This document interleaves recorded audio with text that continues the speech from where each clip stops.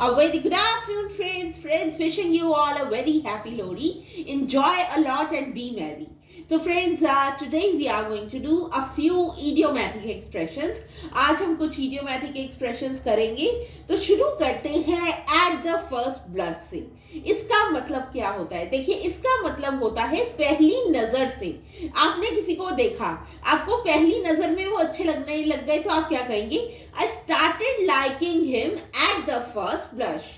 या आप कह सकते हैं I started liking him at the first glance. दोनों में से कोई भी आप कह सकते हैं. Next is to be at one's best. To be at one's best का मतलब क्या होता है? इसका मतलब होता है अपना 100% देना. To be most able मतलब जितना आप कर सकते हैं एक चीज को करने में, एक काम को करने में अपना 100% देना, पूरा देना, तो उसे कहते हैं टू डू योर बेस्ट.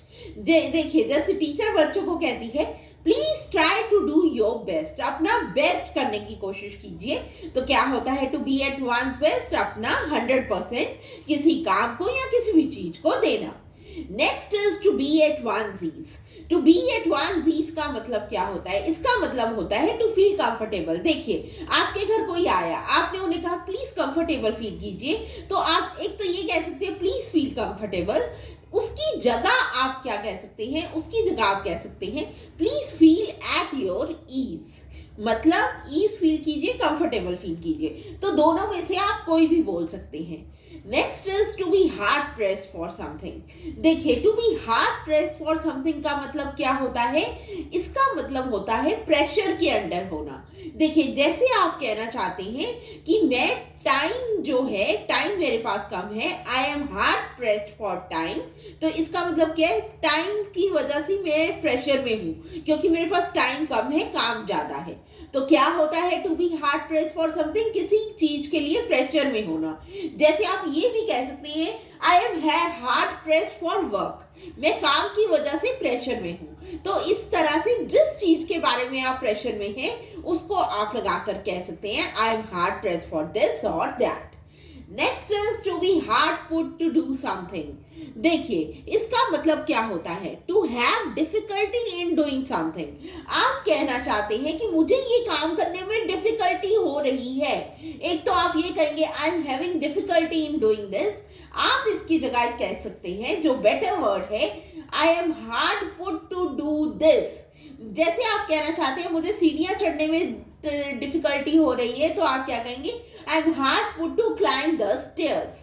तो इस तरह से इसका क्या मतलब होता है? इसका मतलब होता है डिफिकल्टी होना. Next is to butter someone up. इसका मतलब क्या होता है? बटर समवन अप और टू फ्लैटर, दोनों का मतलब क्या है? दोनों का मतलब है चापलूसी करना.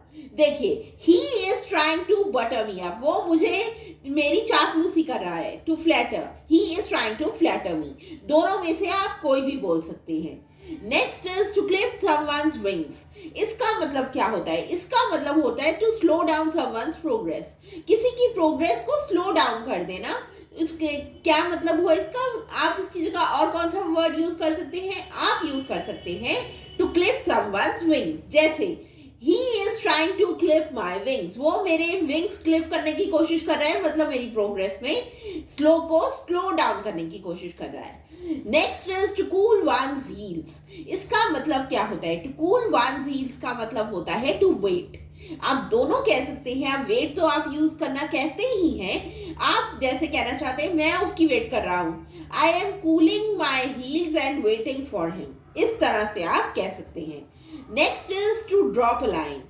टू ड्रॉप अ लाइन होता है टू राइट, कुछ लिखना. आप किसी को कहते हैं प्लीज ड्रॉप अ लाइन, कुछ लिख दो, प्लीज कुछ लिख दो. So friends, that was all about it. I hope you learn them thoroughly and bring them into your daily use. I'll see you in the next video. If you like the video, please share and subscribe. And friends, wishing you all once again a very happy Lodi. Thank you.